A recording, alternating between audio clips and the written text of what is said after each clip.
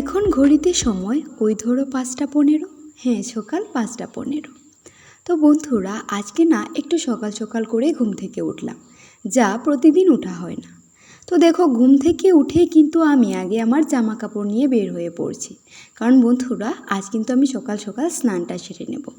আর স্নানটা সারার জন্য যে কাপড় চোপড় নিয়ে বেরোচ্ছিলাম, তখনই মনে পড়লো যে না, ঘরটা আমি ঝাড় দিয়ে যাই, তাতে আমার মায়ের কাজটা কিছুটা কমে যাবে।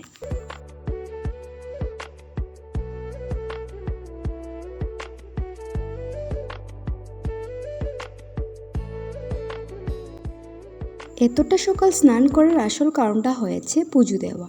আজ বন্ধুরা বৃহস্পতিবার, আর বৃহস্পতিবার হলে পুজোটা দিতে একটু সময় লাগে।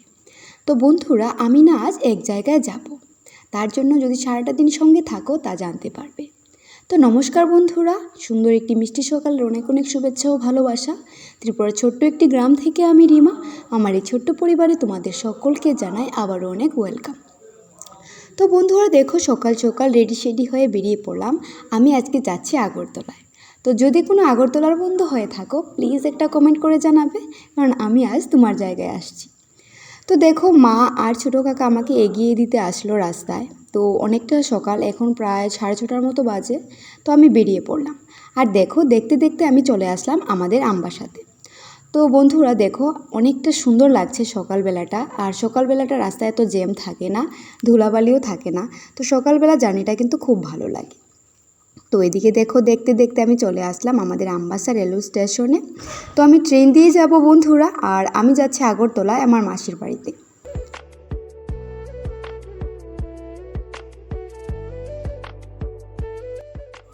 রেলওয়ে স্টেশনে হঠাৎ করে দেখি অঙ্কিতাকে। তো হঠাৎ করে বান্ধবীর দেখা পেয়ে বন্ধুরা, আমাদের কোনো কন্ট্যাক্ট ছিল না যে ও যাবে আগরতলা, আমিও যাব। তারপর বন্ধুরা দেখা হয়ে গেল স্টেশনে গিয়ে, এখন আমরা দুজন মিলে চলে যাব। তো কোথাও যেতে, আমি তো একাই যাচ্ছিলাম এমনিতে, আর একা যেতে কিন্তু ট্রেন জার্নি অনেকটাই বোরিং লাগে। তো যেহেতু ওর সঙ্গে দেখা হয়ে গেল, তাতে কিন্তু বেশ ভালোই হলো।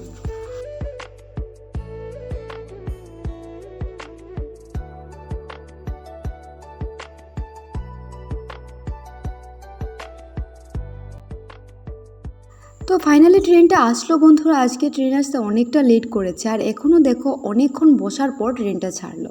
যাই হোক, ছাড়লো তো, এখন আমি পৌঁছে যাব মাসির বাড়িতে। তো দেখো, ফাইনালি আমি নেমে পড়লাম জিরানিয়া রেল স্টেশনে। তো তারপর গাড়ি ধরে চলে যাব মাসির বাড়িতে। তো সঙ্গে থাকো বন্ধুরা।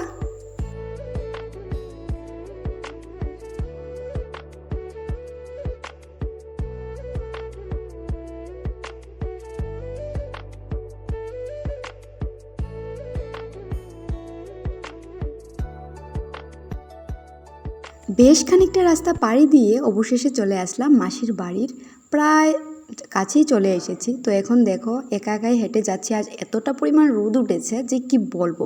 তো মা এখানে মাসির জন্য লেবু আরও কি কি দিয়ে দিয়েছে। তো ব্যাগটা বেশ ভারী।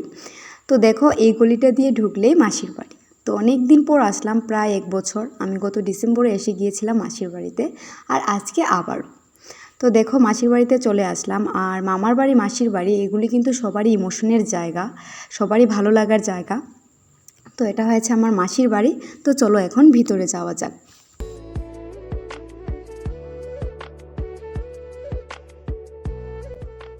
তো আমি আসার সময় মেসু হয়তো দেখে নিয়েছে। তো মেসু বলছে যে অতীত চলে এসেছে।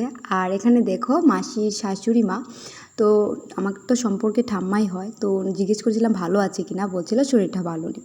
তো মাসি এখানে রান্না করছিল। তো এখন মাসির সঙ্গে গল্প করতে করতেই ঘরে ঢুকে পড়লাম। আর তারপর এখানে দেখো, স্নান টান সেরে এসে দেখি মাসি রান্না করছে। আর এখানে দেখো, মেসু, দুটো ভাই সবাই দাঁড়িয়ে আছে। আর কি কারণে আসা তা তোমাদের আগে বলি। তো বন্ধুরা, যেহেতু শ্রাবণ মাস চলছে, শ্রী শ্রী বড় মার জন্ম মাস, তাই মাসির বাড়িতে আজ মাতৃ সম্মেলনের আয়োজন করা হয়েছে।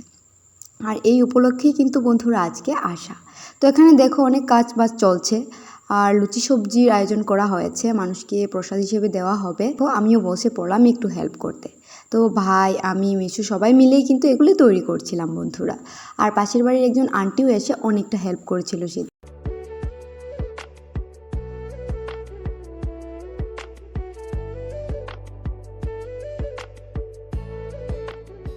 আর এদিকে দেখো মাসি এখানে পুজোর আয়োজন করছে। আর সত্যি মাসি মানে দশভুজা বন্ধুরা, এতটা পরিমাণ কাজ করতে পারে আর এতটা গুছিয়ে যে কি বলবো। সত্যি যদি মাসির একটু কিছু পাই তাহলে আমি ধন্য।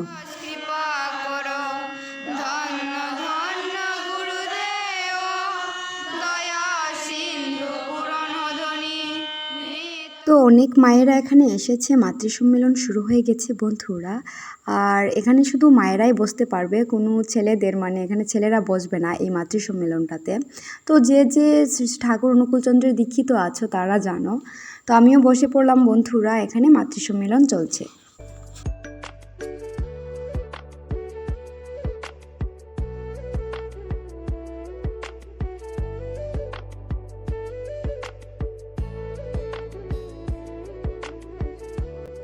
তো বিকেলের দিকে একটু উপরে উঠলাম বন্ধুরা, ছাদ থেকে কিন্তু এভাবে আকাশের ভিউটা দেখতে বেশ দারুণ লাগে। পাশে ছেলেরা খেলা করছিল, ক্রিকেট খেলছিল।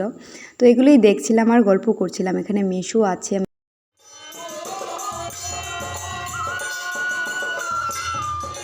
তো রাত্রিবেলা আবারও শুরু হয়ে গেল মনসা মঙ্গল। তো যেহেতু শ্রাবণ মাস চলছে বন্ধুরা, তো এই উপলক্ষেই আজকে আবারও একটু মনসা মঙ্গলেরও আয়োজন করা হয়েছে। তো আমার প্রিয় বন্ধুরা, আজকের ব্লগটা তোমাদের কেমন লাগলো প্লিজ একটা কমেন্টের মাধ্যমে জানাতে ভুলো না। ভালো লাগলে অবশ্যই লাইক, কমেন্ট এন্ড সাবস্ক্রাইব করে আমার চ্যানেলটার পাশে থেকো। তো বন্ধুরা, আজকে তো সেই ভোর 5টায় ঘুম থেকে উঠলাম আর অনেকটা টায়ার্ড লাগছে যেহেতু এতটা জার্নি করে এসেছি। তো চলো বন্ধুরা, আজকের মতো এখানেই টাটা করে দিয়ে আমি ঘড়ি খুঁজছিলাম, দেখছিলাম কয়টা বাজে। এখন প্রায় কিন্তু 1:30 বাজে। তো চলো বন্ধুরা, আজকের মতো এখানেই টাটা, গুড নাইট।